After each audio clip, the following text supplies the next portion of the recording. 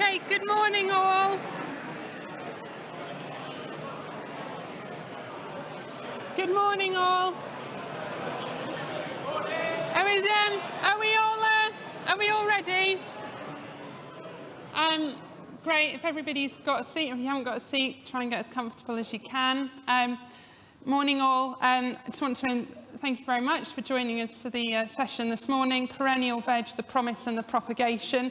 So it's going to be a really interesting session. We've got a great panel with us this morning, and we're set to explore the world of perennial veg, the world of perennial veg, what's new, what the ability to expand production of perennials, and the science and challenges behind the propagation. I'd like to introduce Mandy Barber from Incredible Veg, a specialist in propagating, growing and selling perennials, Guy Singh-Watson from Riverford Farms, and Tom Hartley, who's a senior certification officer for the Soil Association and has specialisms in seed and propagation. So first off, I'd like to invite Mandy up to the floor to give us an introduction to Incredible Veg.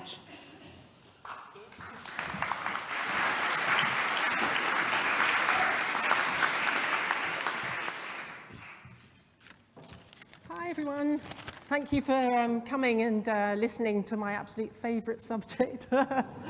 It's a shame we could spend about 3 weeks talking about it. So I founded and I manage Incredible Vegetables, which is, it started off as an interest about 13 years ago when I discovered a perennial 9-star broccoli, which was a kind of 100-year-old variety of a perennial broccoli type plant.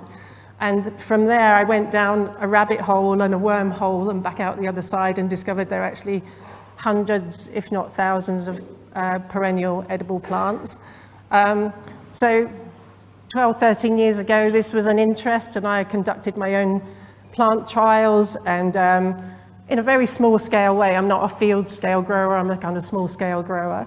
And with social media and everything, and the absolute scarcity of perennial vegetable plants and seeds in Britain, people, as soon as I posted something online, about 1,000 people wanted that plant. So I thought, well, there's only one thing to do. I have to just get to it and start propagating.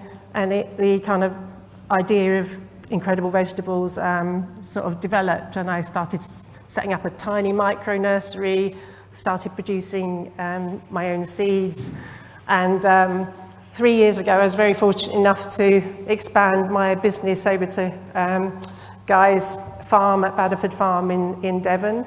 And that's been a game changer in terms of being able to ramp up production. I mean, perennial vegetables are totally on the map now. There's so much interest in them, and although I sell to quite small scale growers like allotment holders, people for their back gardens, there's been a real interest in market gardeners really wanting to try and introduce them into their planting schemes. So part of that discussion today is going to be how do we take the perennials and adopt them into annual planting schemes, and a little bit later I'm going to be showing you a few examples of perennial vegetables, a sort of whistle-stop tour. So I'm going to pass you over to Guy to introduce himself, and then we're going to go on to talk about. Is that I thought we were going to do it the other way. Sorry.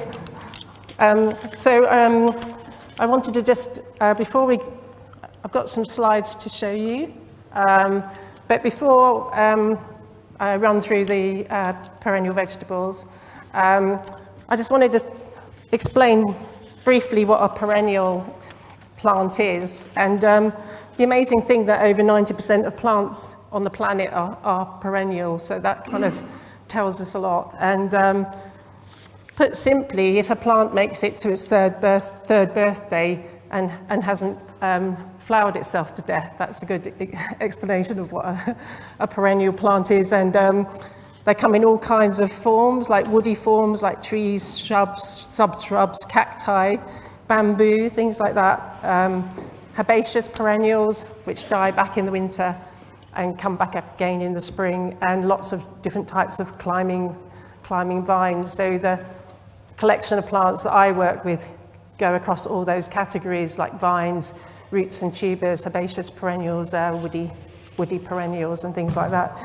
And perennial vegetables, there are about 270 well-documented perennial vegetables for temperate areas and about 630 worldwide. But if we add on things like aquatic edible plants, trees with edible leaves, wild edibles, edible ornamentals, and that number goes up into the thousands, and there's absolutely so much to explore. And very briefly, before we go on to the amazing world of perennial kale, I just wanted to really explain to you what some of the benefits are of perennial vegetables. Very briefly, they can be quite drought resistant and have the ability to adapt to the extremes in climate in a way that annuals have a much more delicate start in life. So perennials, because of their established root systems or growing from a crown in the ground or a clump, they already have an excellent head start and are rooted much, much deeper in the soil, so they're not having the same problems as a delicate transplant at the beginning of year. They're able to lock up more carbon through their biomass and their longevity in the ground. They quite often don't need any irrigation or big inputs, and they can be grown in parts of the land that are shady, marginal, sloping. Some grow in saline soils, things like that. So they have a whole range of remarkable properties. And I'm so passionate about them because they can really help address so many of the issues we're facing, like nutrients in vegetables, issues of climate, and also biodiversity, because many of the perennials I work with are actually incredible flowering plants or hosts, to moth species, flowering for pollinators. They'll keep the soil intact. They'll provide habitat, for different creatures on the land. So they're kind of it's a win-win situation. But although I don't like to talk about the disadvantages, I've got a much shorter list of the disadvantages. The discussions I've had with Guy, when you're looking at something like a perennial kale, and kale production is usually, they've been bred for a certain size, shape, the machine, for machines harvesting and all of that. And then when you're dealing with a 3 meter wide, unruly Taunton cale, it's like, well, how are we going to harvest it? And I'm like, don't worry about small thing like that. And there's my own completely romantic head on, going, what? That's not an issue at all.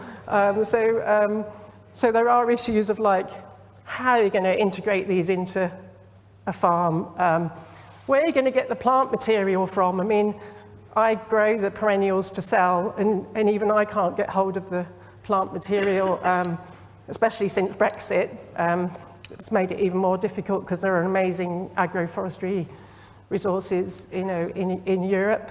And also, we need to get people to actually want to eat the stuff. So we basically, as a really good starting point, is to grow like-for-like perennial alternatives to the annuals. So rather than introduce people to the really, really weird and wonderful stuff, it's really good to start with a whole suite of vegetables that are kind of familiar, vaguely familiar, and aren't too drastically different from the annual crops. So anyway, I'm going to show you a few images. This is just scratching the surface, but we haven't got time to do the 270 today, so I've got about 20 to show you, and I'm hoping I can whip through them really quickly. So this is at Badderford Farm, where Guy's farm, where I've got my plant nursery, and this is part of a very mini perennial kale trial that we're doing. So this is Taunton Dean kale, which can grow from anything between 5 to 10 years. It's propagated vegetatively with, through stem cuttings, and it's lost its ability to flower. Although it might flower under stress, it doesn't flower in a mass way like normal brassicas. It tastes really, really good. And alongside it, we've got this other perennial kale called Keeper, which is came to me via a brassica plant breeder. It's a very, very special perennial kale, and it's not one that's on the open market. And it's basically a love child between a Dorbenson kale and a purple treacle. But it's a non-flowering kale. It's fantastic, and in the world of perennial kales, it's a lot more compact, about 1 metre by 1 metre, which I know is still huge compared to other perennial kales. But this one, as Guy will testify, tastes fantastic, and it gets a little bit of damage in the summer, you know, a little bit of caterpillar damage, but it bounces back over autumn and winter. And this is how I propagate them, although Tom's going to be talking about micropropagation, because it's a fairly slow process trying to propagate thousands of these. Although they root, you know, within a few weeks, it's quite a laborious process. On a small scale, this is fine, but if we're talking about having a lot more plants, then Tom's going to address how we might propagate them faster. But basically, take a stem, put it in a pot of compost, 4 weeks later, you've got roots.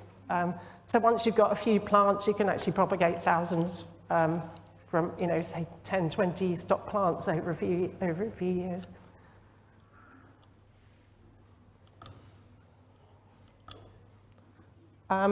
This is another plant which I think one question that comes up a lot is like, how commercially viable can these plants be? And the Hablitzia, which is a vining spinach alternative, very cold hardy, and an excellent hungry gap crop.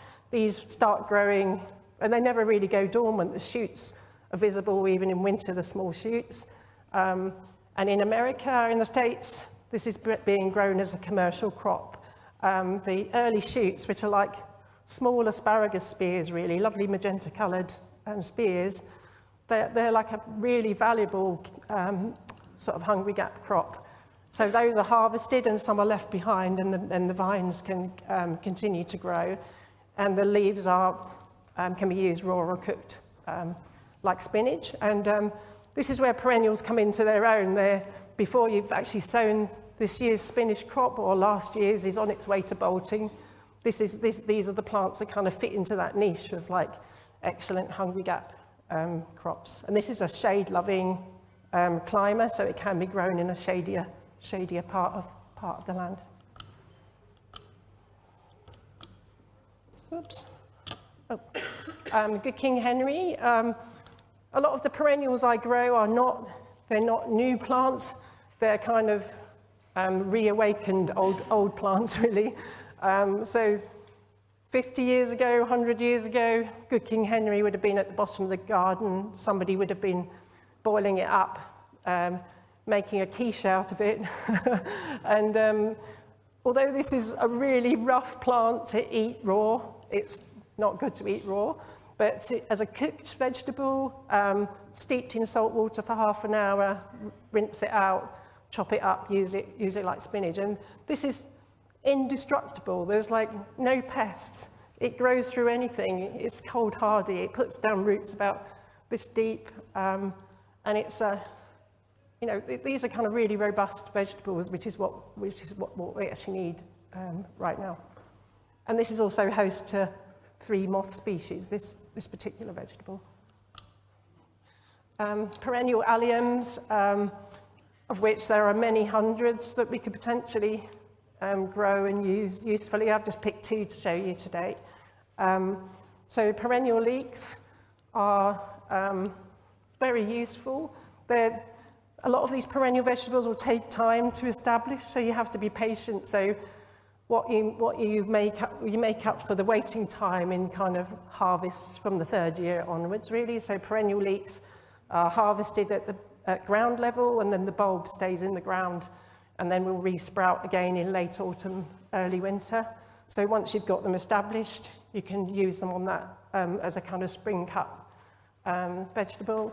And these are really resilient. I mean, these are the wild ancestors of garden leeks that we grow. All of these plants are the kind of wild ancestors that got bred out of their perennial nature. And so it's really good that some of them are still with us as perennials. And my next favourite allium, which is the kind of secret really, not many people know about everlasting onions, but this is a non-flowering onion. It's clump forming, so you plant one of those onions, and over about 6 to 8 months it will clump and divide into about 15 to 20 onions. So although you haven't got massive bulbs like a big Spanish onion, it's still a useful onion green, and you can divide and replant perpetually, or you can keep them in the ground and just use the green parts for cutting, and they'll grow back from the base. So it's like a really, really useful perennial onion. And sea kale, I read a study recently that sea kale florets grown per acre yield more than asparagus, and sea kale is a brassica, it makes florets. Why don't we use it as a perennial sprouting broccoli, alternative?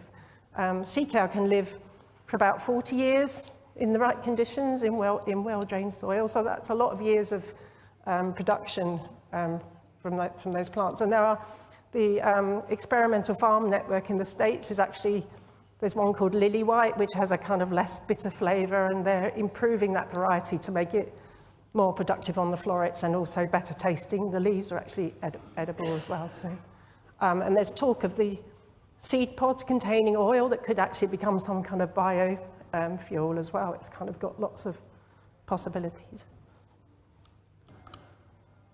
And 9-star broccoli, this is the plant that got me on this merry journey about 15 years ago.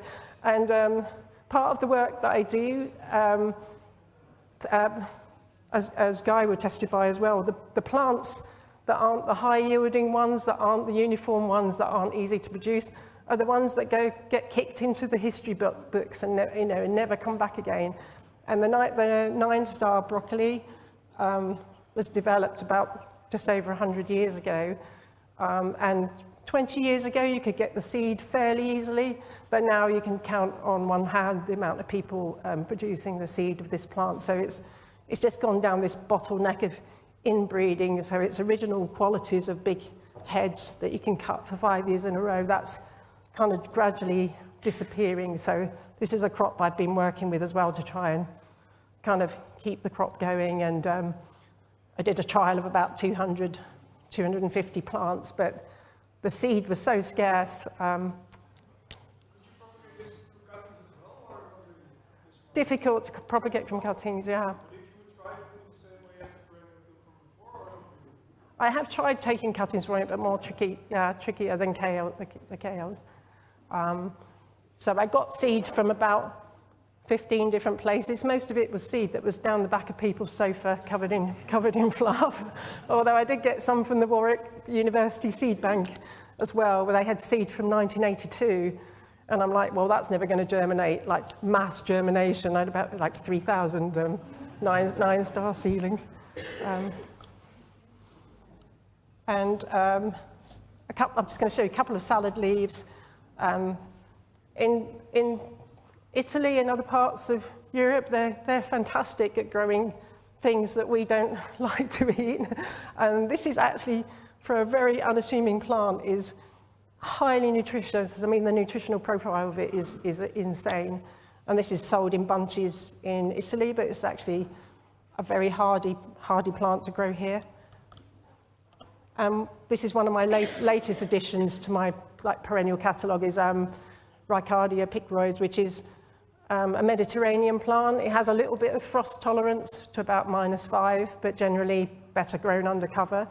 But this is slug-proof, tastes like a cucumbery lettuce, flowers profusely in the summer for the insects, but either side, spring and autumn, you can get cuts of leaves either side of that.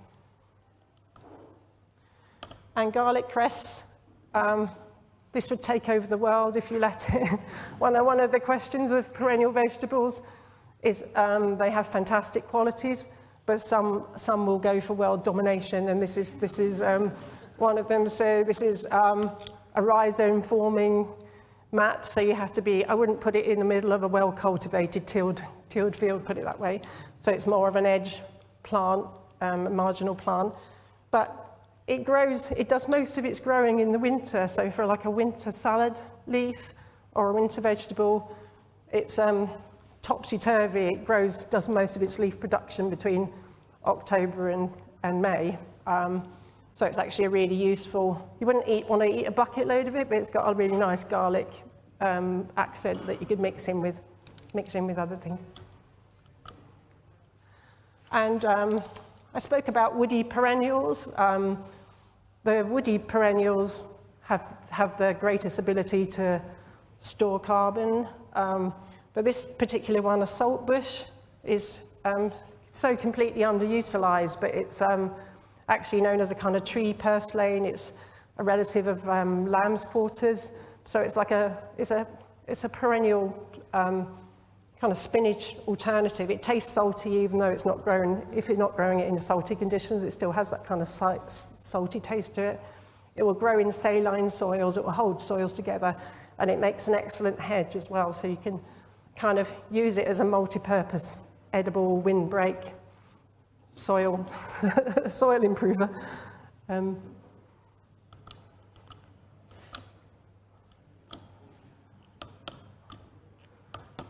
Just got about 5 more slides to show you, and then I'm going to pass you on to Guy. Japanese parsley mitsuba is actually a perennial alternative to growing parsley every year. It's a shade-loving plant. Has a kind of celery parsley flavor, and in Japan this is grown on a kind of 5 to 6 year cycle. There's a whole range of, another love of mine is kind of Korean and Japanese vegetables. There are so many perennials which are just commonplace in Japanese supermarkets, and that's another whole group of vegetables that we could look at, because they actually quite like the climate down in Devon. And giant Korean celery, this grows to about 2 meters. It will grow through snow and ice. It's one of my one of my latest collections, and I'm producing seeds of this crop as well. But it's a really, really useful, indestructible, celery-flavored, ornamental, pollinator-friendly plant, and it has an earthy flavor, not as strong as lovage, but the young shoots, are tender. You can use them as a base for soups and stews and things like that. And this is I think it's the organic growers in Maine are actually taking this to market as bunches of the perennial celery. Having trouble with the button. And last but not least, I've been working with like 4 perennial legumes, which are so understudied, and I really need like a nice sort of £20,000 grant to carry on this work, because as an individual, I'm trying to do selection, and I'm not a trained plant breeder or anything, but in my own way, I'm trying to take these varieties forward. And it's the small growers that make the difference. It's all the small farmers of the world that are creating the land races and the locally adapted plants. So pigeon pea is actually a tropical perennial, so it will die at a first frost. But I've been trying to select for ones that will make it through the winter. But as an annual, you can grow it as an annual. It's actually a drought-tolerant pea, so you can grow it as a green pea crop that won't need irrigation. So it has possibilities as an annual crop as well. And finally, groundnuts, which are high protein. It's a legume. It grows with a climbing vine. All parts of it are edible. The tubers contain about 15 to 17% protein, and the vines and the rhizome parts are up to about 19% protein. So I have 42 accessions of groundnuts that I'm looking after, which is quite a high-pressured job. And I've duplicated the whole collection and sent it up to the University of Aberdeen, where they're doing all the nutrient profiles on it. And between us, we're trying to take it forward as a really, really amazing source of vegetable protein. In Japan, again, this is grown as a commercial crop. I'm kind of really looking at ideas of how this could be scaled up. It's a tricky one because when you put it in the ground, it will run all over the place in all directions. But I really need to go on a trip to Japan and find out how they're doing it commercially. But this also has potential for as a fodder crop, because the protein in the leaves, this could actually be a byproduct for like animal feed or all kinds of other applications. And it's a nitrogen fixing crop as well. So how we could grow this in a system is something I'm still exploring. But the gene bank of material I've got is a kind of gift to humanity. There's no other collection of groundnuts. The whole collection was pretty much gifted to me, and I'm like, oh God, I don't want to kill it. But it's like such a vast range of genetic material. It's such an important crop for the future. But I really need help to kind of really take that forward. And the SRUC are doing amazing work with this and other legumes. But for the moment, I'm kind of just keeping the collection going and doing what I can to kind of keep that collection going. So. Oh, it grows outside. The vines are frost tender, but the tubers are really, really hardy. So it is a herbaceous perennial. So it grows. It's in its natural habitat in North America. It grows wild outdoors, but naturally the vines will die back at the first frost. But the tubers will tolerate really, really freezing temperatures, so they'll just come up again in the spring when the weather's warm enough. So. Right, I think I'll leave it there. And I'm gonna,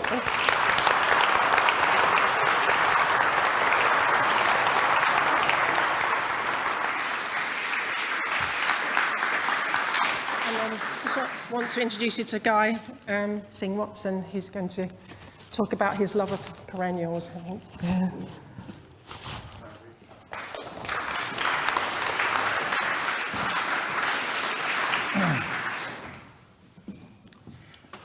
I actually met Mandy, I think about 8 years ago, when I was starting to get interested in perennials, and looked her up and found this business was just a couple of miles away. So went to see her, and she gave me 100 perennial kale plants to grow on in the hope she could come and take cuttings of them, and I killed all 100. So I then decided, well, it's probably better if she comes and does it herself, and she slowly moved over to Badderford, where I farm actually with my wife Geeti, who is still at the back there. It's a joint venture, and we also have incredible vital seeds, sorry, there as well as part of the collective. So I suppose what we're trying to do, and Mandy has alluded to needing support on she has such a range of projects, and I find it really interesting. I've learned a lot from her, and as well actually from Vital Seeds, because as businesses get better, my observation is that they get progressively more boring and less innovative, and actually have a huge amount to learn from the sort of things that Mandy's doing. So I think we both benefit from each other. So, oh, there we go, I probably pressed it. Anyway, I've started getting obsessed with perennials, I don't know, maybe 15 years ago, or it was a bit of a growing thing, and this is going to drive me nuts. Oh, it seems to hold better. Yeah, that's what we do. We produce one of those every 2 seconds, 40 hours of the week, 52 weeks of the year. And because we do that, we've got a bit of money left over to spend on doing other more interested. Oh, sorry, that sounds terrible, doesn't it? They love. No, we'll skip on there. Rat in a moment. Okay, thanks. So yeah, mostly we're growing the vegetables like this and working with lots of other farmers who grow them. We're in Devon. This is a field which has about a 25% slope. It's a lovely south-facing bank. Good deep soil, actually, and very useful for that early cropping. That looks like Hispy cabbage we're cutting there. That was taken, I think, about 6 years ago, and this one was taken 3 months later, having harvested the crop, prepared it to sow a green manure, and we had a thunderstorm, and it was absolutely horrendous. I did weep that day. My calculations, we lost about 1,000 cubic meters of soil in about 10 minutes, so that'd be about 2,000 tons. A total embarrassment. I feel, just so ashamed that that happened on my watch. I mean, we were preparing to sow a green manure to cover the ground, do the right thing. Though I do read that our local water trust now recommends, just spring reseeding. That autumn period, when this was early autumn, is really becoming very high risk in our area anyway, with soil loss. And this field has now been, it will never be ploughed again. It's down to grass and agroforestry. It has rows of hazels planted across it. The risks, to my mind, are just too high. And for years, I convinced myself that I could grow vegetables, and as long as I maintained a good open structure and had a sound rotation and percolation rates were all right, that it was an acceptable risk. I would say over the last 5 to 10 years, my views have changing weather patterns, and particularly late summer, you're growing on these sorts of slopes. We're really having to think very hard about what we do to reduce soil erosion. So that was my main motivation. How can we grow food? I love growing food, feeding people with less cultivations, and that, I think, points you towards perennials and a few other things. I'll go back to that because that is my favourite. That's a crop of cardoons. I do love growing cardoons. They are so vigorous, and I think they taste so great. However, I am struggling to, I think they go in the veg boxes once a year. I think if we put them in many more times, yeah, we wouldn't be packing one every 2 seconds, I don't think. I think everyone would leave us. But they are, that field is about 8 years old. I mean, look how vigorous it is. The soil structure is fantastic underneath. And really, we harvest them, we go through with a brush hoe, and then we close the gate and come back the next year and do the same thing again. I mean, occasionally we put some compost on. I mean, it is just a wonderful way to feed people, if only they wanted to eat more cardoons. So my other obsession is growing artichokes, and this was an experiment with growing them in a newly established cider orchard that was actually on my brother's bit of the farm. And I think sort of commercialising the growing of these perennials is going to be very difficult. I think at the moment, I think it does lend itself to, home gardeners, absolutely brilliant. Maybe a hotel around the back of the pub, or the garden around the back of the pub, or a hotel, someone feeding the kitchen. It's great. For large-scale production, there are a lot of challenges. For this, it turned out just practically, actually carrying the artichokes 150 metres to the end of the rows was just more than my 63-year-old body could manage anymore. So, I mean, just really simple sort of practical questions about how you harvest are important. We also, I don't know whether wild garlic qualifies as a perennial, but it is in my mind as a perennial. It's certainly a perennial system. We sell about 10 tons of wild garlic forage from the woods. Very contentious. I'm guessing there'll be a few people in the room thinking I'm a rapist of the wilds and so on. I think this is one of the most sustainable food systems you could possibly get. And we've been harvesting in this wood for 15 to 20 years. And provided we don't overdo it, the garlic keeps coming back. And actually the main problem now is the ash is dying from dieback. And so then you get other brambles and nettles typically coming in to dominate. But I think it's a fantastic system. On a trip to Uganda, I've been working with farmers in Uganda for over 20 years, is when I really was struck by just how much was wrong with our agricultural system. And the farmers there, well over 50% of the calories eaten in Uganda come from perennials. I'm guessing it's probably over 75% actually. So papaya there, but bananas being the main one, plantains. Are often grown in very complex systems with many, many stories. And that's probably a more typical example. Again, papaya in the front. In the sort of mid-ground is cassava, which is the most wonderful perennial, which will just wait in the ground for maybe up to 3 years. And so wonderful for kind of food security. That's actually not a great photo. Most of the farms I visited were actually much more complex in their cropping mixtures, but complex mixtures mostly of perennials, sometimes with some intensive growing of vegetables underneath. Actually, I think that was the first time I came across a perennial kale. There are perennial kales just about everywhere in the world, and they are a really important part of most subsistence farmers' diet, I would say. And we, after that, I started supporting. There is actually a Kasingi Riverford training farm just east of Kampala, which I supported until my friend Timothy made so much money he didn't need me anymore, but it's still called the Kasingi Riverford farm. So coming back to the UK, I mean, how can we grow more perennial in this country? I mean, unfortunately, all our staple crops are annuals. This is Geety and our farm, and we have our neighbours South Devon grazing there. I absolutely love seeing the animals there, and I love seeing them in these complex, really integrated landscapes. But however, there are some issues around ruminants and whether that's a good way to be feeding ourselves, which I'm not going to go into. But I started thinking about how could these farmers transition, often on marginal land, to what is perhaps a more sustainable form of agriculture. And that led to a bit of an obsession with walnuts. That was one that is now, it was planted 34 years ago, and the squirrels eat most of the nuts, but it's as part of an orchard. But meeting Martin Crawford, who again, we are so lucky in Devon, we've got all this knowledge around us. He's just a couple of miles down the road and is probably a leading expert on forest gardens and so on. And he advised me on establishing an agroforestry system, which led to, being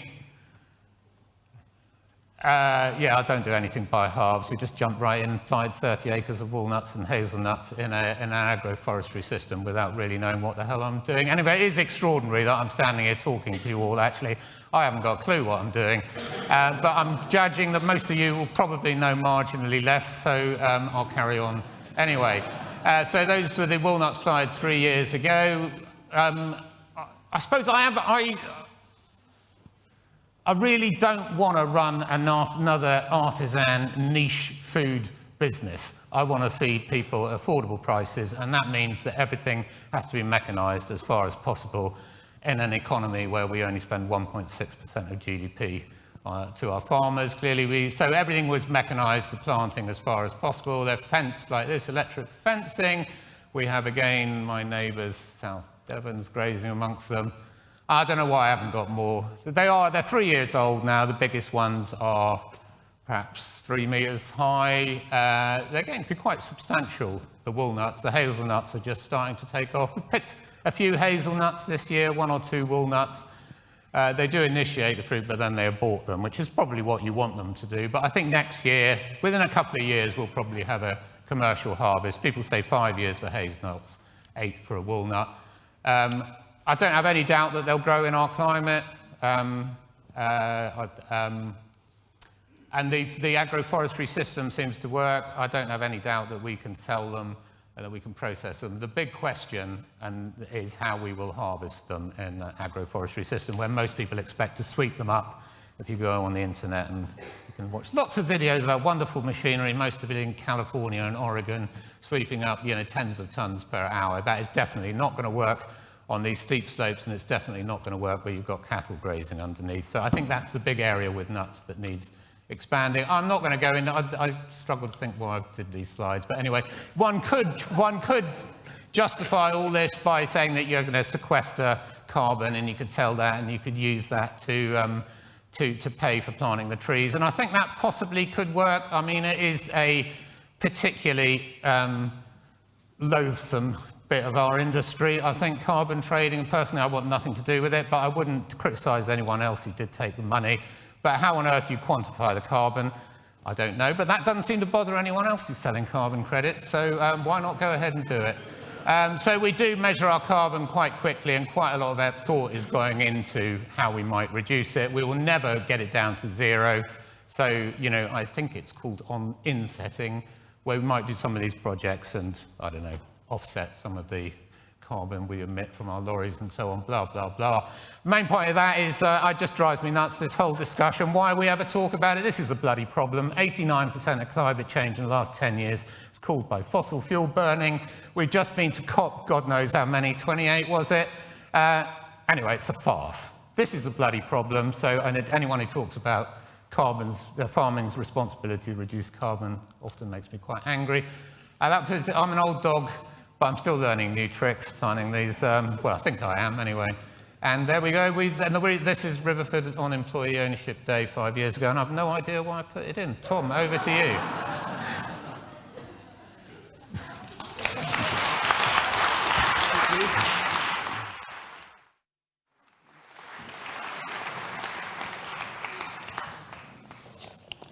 Thanks, Guy. That was great. Hello. I've got the enviable task of covering the really dry, technical, boring bit. But I'll try and whip through it, because I'm sure you've got loads of interesting questions for Guy and Mandy. So yeah, I'm just here really instead of colleagues at my former place of study down in Camborne in Cornwall, where they have a micropropagation laboratory. So yeah, to head into it. Have you given me the dodgy one? There we go. So what is micropropagation? Well, essentially, I mean, Mandy alluded to taking cuttings and rooting those from a plant. Micropropagation is working along similar lines, but it would be more analogous. Can I just interrupt you? Yeah. I mean, I just thought I might point, you know, the reason we started looking at this was because Mandy's kale doesn't flower. I mean, we can buy a kale seedling for 5p. I think Mandy sells hers for about a tenner. But you can't. They're great value. And but the problem is that hers, they don't produce seed, and if they did, they would be very variable. They're not going to be any F1 hybrids. So how do we propagate them? Sorry. Hence, we started thinking about micropropagation. Sorry to interrupt. I was going to come on to that. Oh, sorry. Fine. If I just, yeah. No, that's absolutely fine. No, do jump in. So rather than taking a cutting and looking after it, this would be more analogous to, say, growing plants or propagating from like stem cells. So it's a really simple part of the plant. So a tiny fragment of the plant, and these will then differentiate into different cell types and grow new shoots, we hope. And lots of rare and threatened plant species have been propagated this way. Why do it? Again, you've got identical plants coming through, so yes, you couldn't grow from seed, perennial kale seed, and get identical parent plants. The scale of reproduction via this method is potentially very useful. And yeah, you're getting a known variety, so Guy will be able to predict the height and give a more reasonable prediction of what the yield's going to be and how the crop's going to behave, which would help him. Yeah, and again, you know, this technique is used to clean up plants of viruses, pathogens. So that would be an advantage as well. Let's have a little look. Here we go. So here's a bit of a window into what it might look like. As I say, it's a very controlled laboratory environment. Because we'll be working at a micro scale, it's really important that, you know, no tiny spores and any tiny material can get in there and contaminate the sterile growth medium. So part of the process does involve working in, I forget the word for it, one of those things where you have the gloves and it's like a sterile chamber to clean up plant material. But yeah, they're kept around 22 degrees Celsius, high humidity, LED lighting. You can fit loads of them on shelves in a lab as well. So in terms of using valuable polytunnel space, that's another advantage, I guess, as well. The medium, mostly based on agar, derived from seaweed. A few nutrients, some plant hormones are in a typical medium, very much sort of like a baby food diet, just to get these things going when they're at that stage. Working as I do in organic certification, it's not uncommon for me to have to explain sort of limitations and bounds of organic standards, which are based on regulations. So we do say transplants need to be grown under organic certification to come into an organic system. Obviously, with certain perennial plants, you know, sort of stretching the boundaries of what species and crops are used, you can't just switch on a supply of organic availability. So hence, guys, enterprising experiments with trying to increase production of such species. If you were to plant a non-organic perennial into organic land, it would convert for 3 years from the planting date until it had organic status. So it is doable, but it's great to encourage more propagation and multiplication to organic standards. Only certain things can be used. So in that growth medium based on the agar, that for it to be acceptable under organic standards, that could only contain materials from an inclusive list in the standards. So it's fairly limiting, I would say. The regulations certainly weren't designed with micropropagation media in mind. So yeah, we've been liaising with the propagation lab and having conversations about materials they can try and use, and making suggestions for what they might try. Now there have been some teething issues, so I don't think it would. Hang on, let's get on to this next slide. Don't know if it would take much to guess from this next picture, if it ever comes up, which the organic plant is going to be and which the non-organic plant with lovely tasty synthetic nitrogen is. However, the organic plants are growing, and I say it's kind of the start of this journey, and props to Guy for just putting it out there and getting this going, giving it a try. Someone's got to. So yeah, in terms of organic materials, plant growth hormones, regulators, which are going to be instructing these tiny pieces of plant to grow roots or grow shoots, are not permitted. So natural seaweed extracts can provide many of those plant hormones, auxins, gibberellins, cytokinins, and things which all help to regulate the plant's growth. Yeah, so the availability of nutrient is an issue currently, but you know, the plants are growing, so all isn't lost. But yeah, that's why the top organic pot is slightly more yellowy. Yeah, that's it. So that's a little bit about microprop, and I'm sure you've got loads of great questions for Guy and Mandy. Thanks.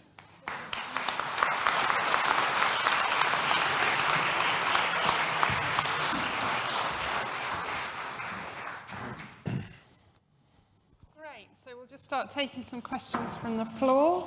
There's a lady in the white shirt down here. Have we got a roving mic? Brilliant, thank you. Thank you all, fascinating talk. Lorinda Luffman here from the Nature Friendly Farming Network. Just wanted to ask about the agroforestry Guy I was particularly interested in. Firstly, do you have any solution for the squirrels? And secondly, were you advised to try shelter belts for your trees, or is the land already fairly sheltered? Thank you. Yes, shelter is really important. You can see across the field where they suffer more exposure. Yeah, they're not growing as well. And I think most trees don't like being out there on their own, so an agroforestry system with a wide spacing is going to be problematic. So yeah, I would pick, if possible, you know, a sheltered field. And I think we have had problems on other farms with excessive exposure to wind. Yeah, so definitely, yeah, if you can think ahead. I'm 63, I haven't got many years to think about, but I mean, you know, yeah, plant the shelter belt, wait a few years and then plant your trees would be ideal. and that is what I was advised by my expert. God, I've got a bit of a brain freeze on. Martin Crawford, thank you. And the second part of the question was about squirrels. First part of the question was, I mean, so squirrels actually don't like being out in open space very much. We've got loads and loads of squirrels, but we've also, you know, the hedges are at least 50% hazel, and they seem to sort of stay there for now. So, and they haven't, I mean, remarkably, we've had a little bit of damage from deer rubbing in the spring, roe deer, but other than that, I don't think, maybe a tiny amount of rabbit damage, but some of them don't even have rabbit guards on them. So I don't know whether I've been very lucky so far, or and none of the trees are staked either. So they've had sort of quite a rough life, but they seem to have sort of quite lacked that. As time goes on, I don't know whether within an agroforestry system we're going to have the same problem with squirrels, because as I say, I don't think they like open spaces. Got plenty of other things to eat, but my wife's quite keen to serve them in her pub when the time comes, so I guess we'll shoot some of them. We've got some online questions as well. So from online, we've got from Libby Barrett. Why exactly have we grown annuals for thousands of years instead of perennials? That's a good question. No, yeah. Don't know, anyone else know? Maybe we have. I'll have a stab at it. That's why farmers have been doing it for 12,000 years, working with annuals. Because, as Mandy so rightly said, the vast majority, although there's a tiny minority of annuals within the natural world, within the world of food production and food breeding and domestication, it essentially happened with great annuals. The squirrels as well, the possums. Yeah, go on. A lot of energy goes into breeding annual crops, you know, which feed the world. But perennial crops are actually completely, the research, although there's amazing things going on around the world, they're completely underfunded, completely underutilized, and more attention and research and money needs to go into them. Like when the Victorians were really good at taking perennial crops and breeding them into biennials and annuals, partly so that the seeds, you know, you could resell the same plants to people over and over again. But once you go so far down one avenue, the discussion that I have most is about when everything is geared to kind of growing things in rows, harvesting by machine, all of those things. When you start to introduce plants which are essentially wild or need to be harvested more by hand than machines, that's when it gets complicated. But I don't think they're insurmountable problems. They're actually things that we can look at and reimagine. And I think we could actually have the best of both worlds with an annual perennial production that could sort of happen on the same site. We just need to kind of work towards that and reimagine how that might happen, look at examples of where that's happening. There's like commercial production of perennial vegetables going on in Denmark. There's, as I mentioned before, the Experimental Farm Network doing pioneering work on breeding perennial species. So I think it needs a much bigger share of how we're growing food. We just need to put more energy into it than we are now. So. I don't think you have to be a conspiracy theorist to see that obviously a lot of people benefit, mainly the seed companies and the agro-tech companies from growing annual crops. And if they sold you a cutting once every 15 years, they wouldn't be doing so well. But I think probably more powerful than that is that the farming industry has started going down a road which those who follow that road enjoy the benefits of scale and the benefits of knowledge and research that goes into this particular avenue, which, you know, globally the developed world has gone down, and it is very difficult to turn that round. I mean, you start doing something on a very small scale in a different way, and you're having to differentiate your own propagation techniques, which we're talking about, your own machinery for harvesting, probably your own market for selling it, because people are going to be less familiar with these foods and whatever. You know, you're liable to get run over by the juggernaut. You know, you do need considerable resources, or humility, perhaps in Mandy's case, to withstand, you know, the pressure to go down the road that everyone else is going down. I hope that makes sense.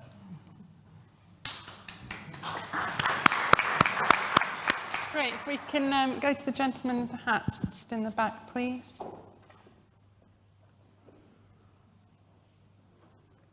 Hi, it's a question for Mandy. I'm as a mad seed person and breeder, I'm fascinated by the fact that you have a collection, the national collection, dare I say, of groundnuts and all these accessions, but it's and that you're very much involved in breeding and the sort of evolutionary process of how we develop perennial varieties of food crops that are adapted to growing here, for example, as much as in other parts of the world. So I'm very excited to see that there is work going on regarding plant breeding with perennials. I just wondered, there's one big group that you didn't mention, which is capsicums. And funnily enough, aubergines, you mentioned Denmark. I was in Denmark just recently with a bunch of aubergine nutcases who are developing, they're not super hardy, but they're outdoor varieties. And I myself have been doing this with capsicums, particularly pubescens ricotto, the ricotto chili, which is remarkably hardy, and like most capsicums, is a perennial. And I wondered whether you are also working with some of these more sensitive woody perennials like capsicums to create a market for your business here. Yeah, I do grow the tree chili, the capsicum pubescens, and I've been growing it undercover, and it has survived. You know, the roots have survived the sort of Devon winters undercover, and I've started to collect seeds from those plants. So I raise plants from my own seeds of those, and also capsicum flexuosum, which is a tiny chili, but I think it's the most cold tolerant chili. I mean, they're tiny little fruits, but still a really useful chili. So that's another one that you need kind of two unrelated plants to be able to produce seeds. So I've now got my hands on those and my other experiments. And so hopefully with those growing side by side, another kind of tiny cold tolerant chili. I mean, they can even survive outside. And I'm also looking at, we didn't talk about cucurbits, but I'm also looking at a perennial chayote, which is grown on a vine, a bit like a summer squash, and mouse melons, which I know they kind of normally referred to as cucamelons, but the actual root stock of those can be kept as a perennial in the right conditions. So there's all these other avenues to explore, which I'm going to be doing at Badford. Great. I think we're going to have another question from online. Another question from online. Any problems related to crop rotation or lack of crop rotation, in particularly pests? Do you want me to answer that? Go on, answer. I think we have to sort of think of perennials as much differently to annuals. And for example, the perennial brassicas, that's a question I get asked a lot, is like, what happens with perennial kales if they've, I mean, I've got perennial kales that are 13 years old that's still growing in the same spot. And I think we have to think of them as a different types of plants, you know, the same way as you'd think of a forest of trees, that you wouldn't rotate the forest, you know, every 3 years or something. So it's not that they're devoid of pests and diseases. I think it's that growing them in a kind of no-till system and kind of growing them in, for quite a few number of years, if not decades, makes a difference. And also, a lot of the perennials belong to different plant families than all the main staple annual crops. Some of them cross over, but some are in completely unrelated plant families, which means they haven't had that build-up of pests and diseases that we associate with those crops. And they also are much, much closer to their wild genetics. Some of them aren't changed at all. Some of them have gone through some breeding, so that also gives them some resilience. But you still do see problems. Perennial brassicas still have the same brassica pests, but they have the ability to bounce back. They're not annihilated by them. They kind of have a built-in resilience to them. So you kind of learn as you go along. Each year brings something new, and I've had like perennial onions that have never had any pests at all, and this year they were absolutely plagued by black fly, and that was a first for like in 15 years. So they do come and hunt them down, but generally they have the ability to bounce back and not be decimated, even if you do have some problems. Over my growing career, having spent the first 20 observing a sound rotation, I've now, actually most of the field scale vegetables at Badderford are grown by a Bulgarian guy, or he heads up the team, who believes that whatever the problem, the answer is compost.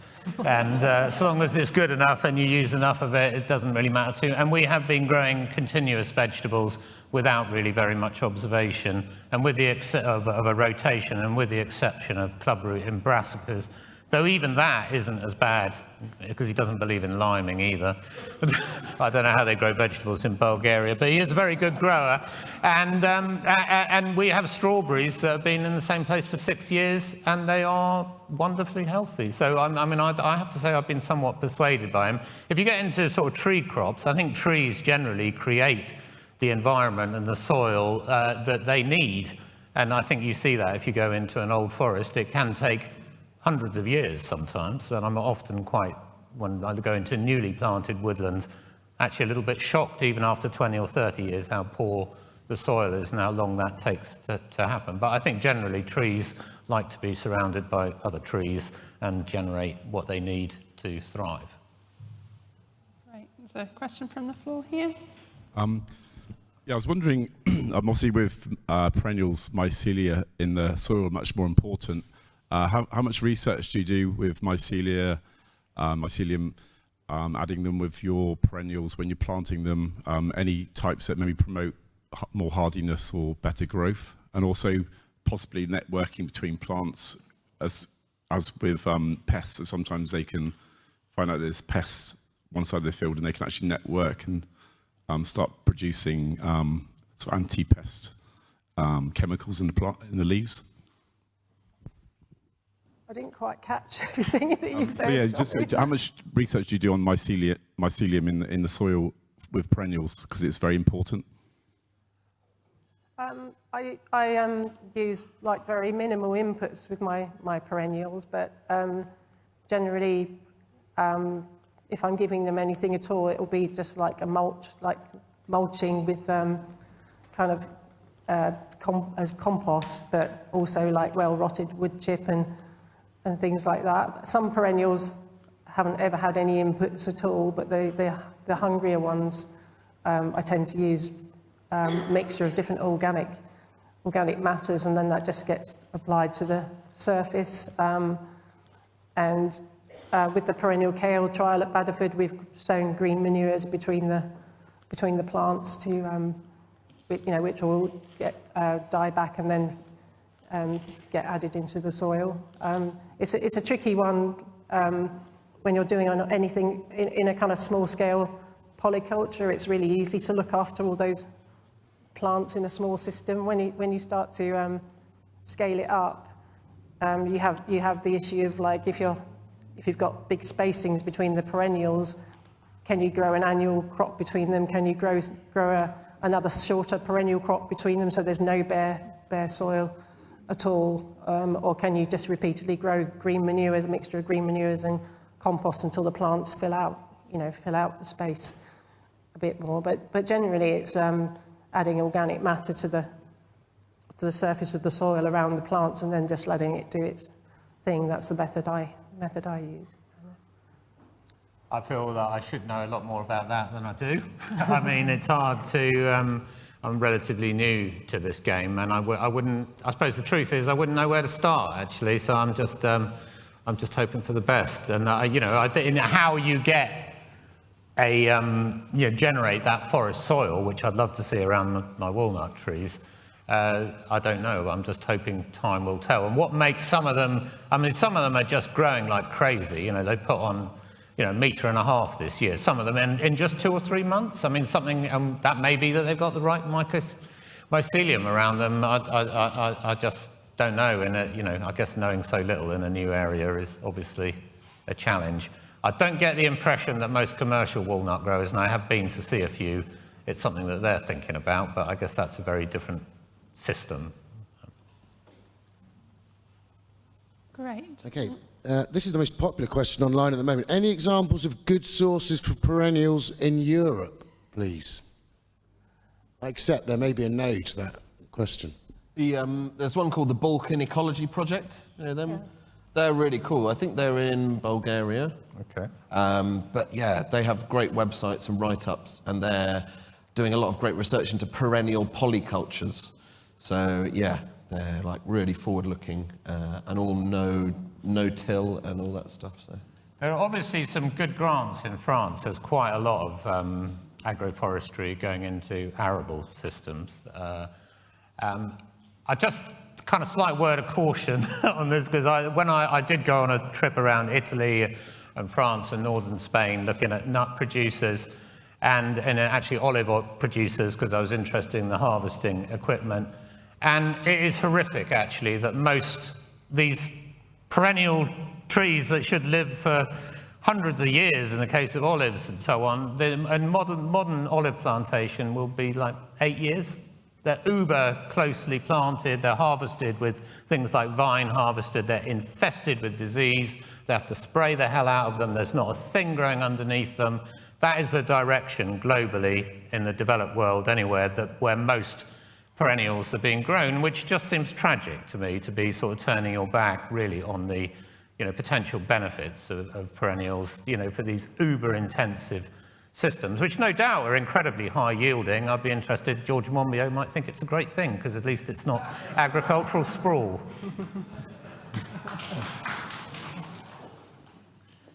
I hope he's not here. And a question from the floor, just the lady at the back there. Hi, I'm Sally Morgan, Organic Farming Magazine. I've been growing perennials from Mandy for years. I noted the mention of pigeon pea. I wonder whether people are looking at perennialising annuals, because some of my runner beans are perennial almost. They've been in the ground 3 years. I get many more shoots from them when they survive, and that reduces the number of seeds that I have to grow. So I'm intrigued to think about black hail and runner beans and things that might overwinter and give us more crops for the same seed. Yeah, I mean, runner beans are the scarlet flowering type, are a tropical perennial. So, like you, I've succeeded in keeping the roots alive for about three years. And as winters get warmer, maybe that's a crop that we could actually look at as a kind of more scaled up perennial. And I think some of the plants that are now annuals or biannuals, deep in their systems, they have an ancient memory of once being perennials, some of them. And like sometimes you can grow like something like a spring onion or a biannual kale, which will kind of show its little kind of tiny parts of its ancient DNA in kind of, occasionally you get an accident like that happens, where something will go past its usual growth span.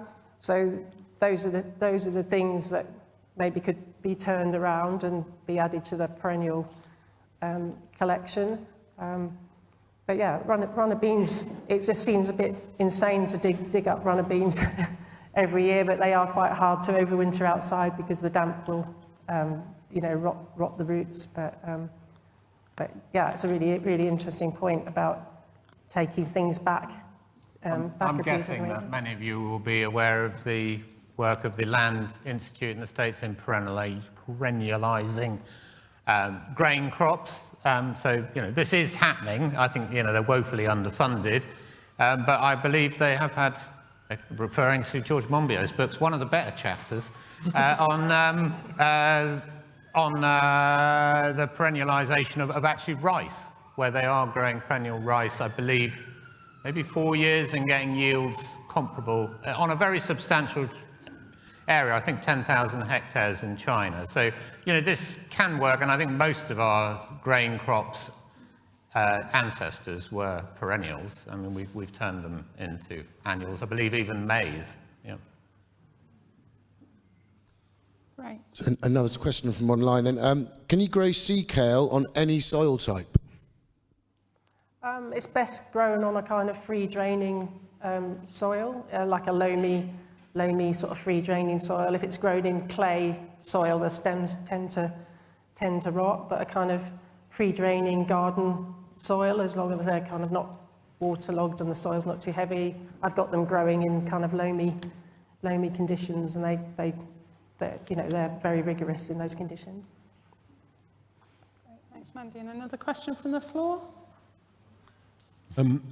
Yeah, so we've talked a lot about the advantages of perennials and not so much about disadvantages. The main disadvantages, as far as I have understood, that was mentioned was that they're often difficult to harvest. But one concern I also have, particularly with the ones that are supposed to directly replace annuals because they're used for similar purposes, is productivity per area, per square meter. So how much yield can you actually get from a square meter of the crops compared to one another, like perennial kale versus normal kale, or something you'd use as a salad leaf compared to lettuce or something like that. And yeah, I mean, this is mostly because a perennial plant will occupy the ground for the whole year. There's only one plant growing there, not several successions of, for example, lettuce. And yeah, often then, yeah, you harvest it 2 or 3 times maybe if it's good, but yeah, a lettuce harvested 3 times or 3 lettuce heads, there are a lot of biomass you can eat basically. And yeah, I'm just wondering if you have any thoughts on productivity per square meter when you compare those systems. Particularly considering that if annuals are much more productive, then you would free up land in comparison that could be rewilded or used for other purposes. And yeah, I think there's lots of improvement to be done with perennial crops. So that's one thing. If you're going to look at productivity, then more attention needs to be going into improving the varieties, and more studies done, like a perennial salad crop against an annual salad crop and things like that. But taking up land for a long time is I don't see it as a disadvantage, but if you're going to take up a long-lived perennial, say example, a sea kale that could be there for 30, 40 years, or a Hablitzia, which can live for 50 years, you might question where you're going to put those plants.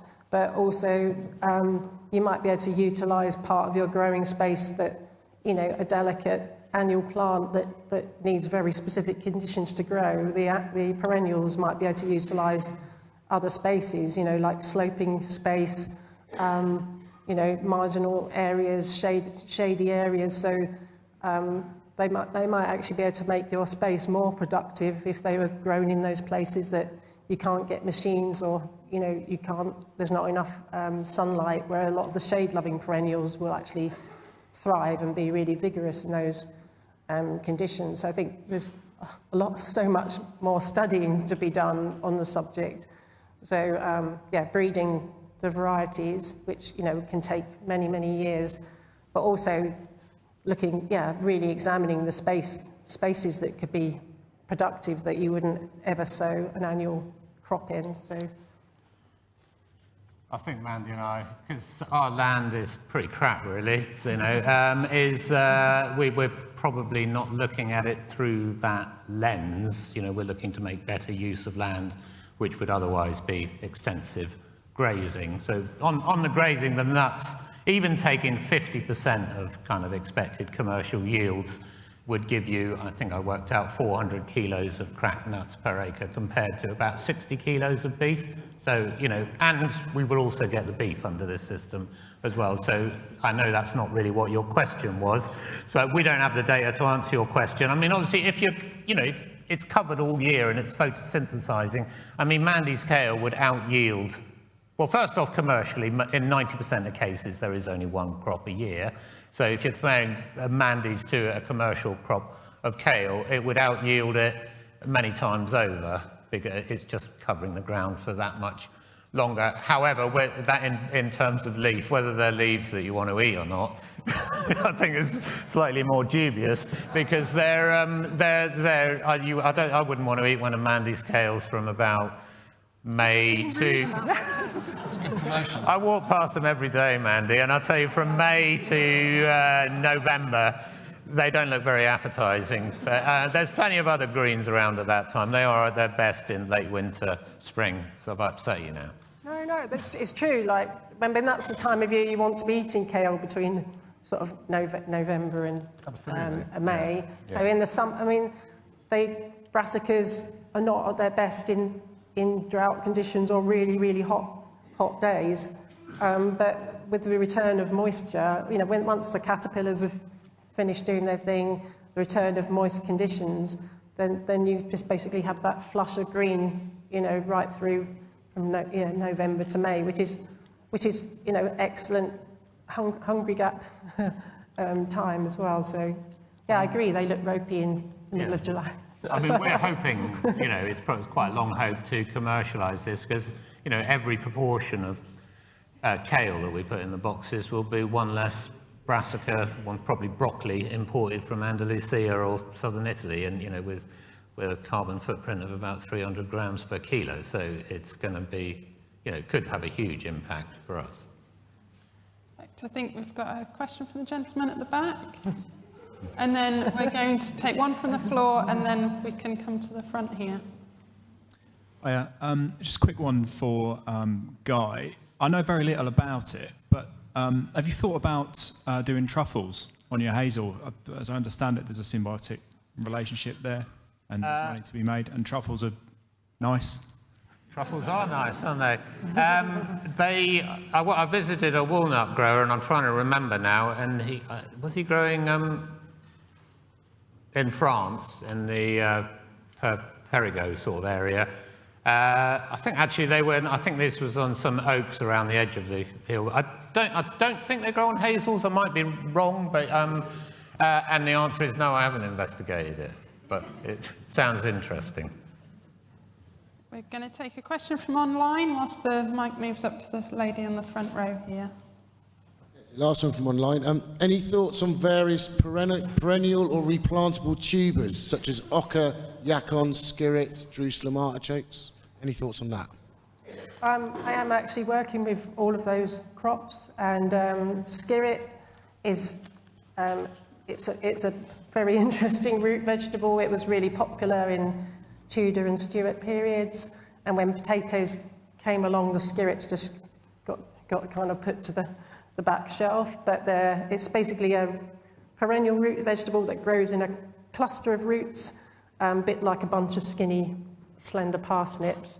But there are people all over the world including myself, doing skirret improvement programs, because the absolutely fantastic ideal of skirret would be to have, at the moment they're kind of pencil thin roots, but you could improve them to be more like a perennial bunch of carrots or parsnips, rather than the slender roots they are now. They're really, really sweet tasting. They can be grown on like a 3-year cycle and then split and divided up again. And I've also got the exciting addition of pink-skinned skirrets, which is very exciting to me. It might not be exciting to anyone else, but skirrets with a kind of beetroot-coloured skin I'm working with as well, and different kinds of Jerusalem artichokes and yacon as well. But the skirrets are a forgotten vegetable which has great potential as a kind of starchy, perennial starchy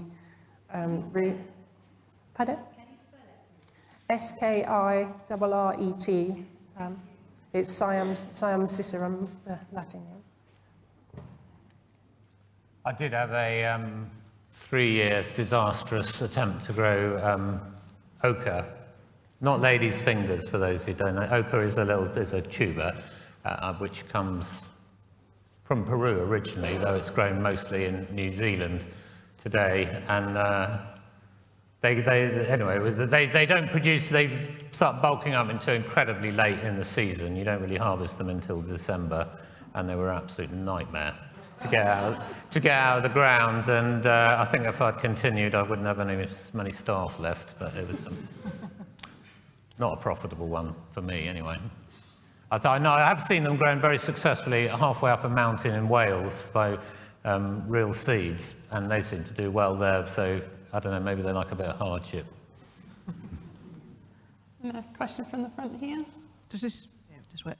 Well, talking about hardship was quite a good link actually there, because I actually live in Aberdeenshire, and I know there's other people here from the north of the UK, and you guys all come from the benign and balmy southwest. And you mentioned cold tolerant once or twice, but actually what do you mean by cold tolerant? I mean, how many of these are going to survive -10 for several weeks, sometimes at least for a week? And it would be good to know where, you know, if you've grown it. I mean, I grow some stuff in one polytunnel, and artichokes will last, Jerusalem artichokes. They're not perennial in themselves, but they propagate, so you just keep digging them up. They're an amazing vegetable, so there's a crossover between perennials, which is the one plant, and plants that kind of propagate themselves without any effort, it would seem, apart from a bit of feed from now and again. But actually it's the cold tolerance, and it would be really nice if you know, you guys is there anybody further north? I know SRUC, you mentioned them, are doing some research on yours, but are they doing any research on something that actually grown sort of north of the border, or even up in northeast Scotland?